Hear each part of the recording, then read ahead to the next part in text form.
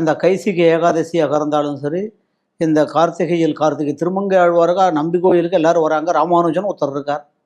அவங்க வீட்லேயும் அவங்க வீட்டுக்கு போனால் அவ்வளோ உபசரிப்பு. யார் வராங்க, கேஸ்ட், கிரீடு, ரிலீஜன், ராமானுஜ பக்தர்கள், திருமாலை வழிபடுகிற யாராக இருந்தாலும் அவர்கள் வைணவர்கள்.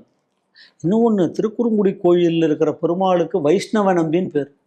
5 நம்பி இருக்காங்க அங்கே. பார்க்கடல் நம்பி, மலைமேல் நம்பி, கீழே 3 நம்பி.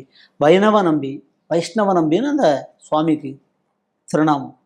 அந்த அங்கே போய் திருக்குறுங்குடியில் போய் அந்த பெருமாளை சேவிச்சுட்டு திருமங்கையாழ்வாரை தரிச பிறகுதான் வைணவன் முழுமை அடைகிறான். அந்த வைணவன் ஒரு வைஷ்ணவன், விஷ்ணுவை சித்தத்தில் தாங்கியவன், விஷ்ணுவை பின்பற்றுகிறவன், பெருமாளை பின்பற்றுகிறவன், திருமால் அடியார்க்கு அடியார், பாகவதோத்தமர்கள் எல்லாம் பேசுகிறோம்ல.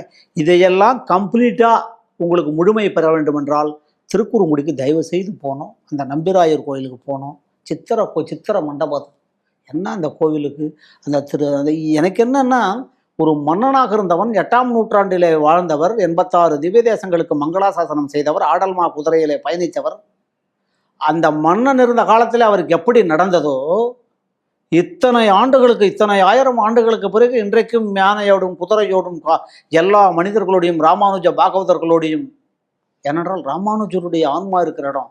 வடுகா அப்படின்னு கூப்பிட்டா ராமானுஜருக்கே அங்கே இருக்கிற நம்பி வடுகனாக வந்தார்.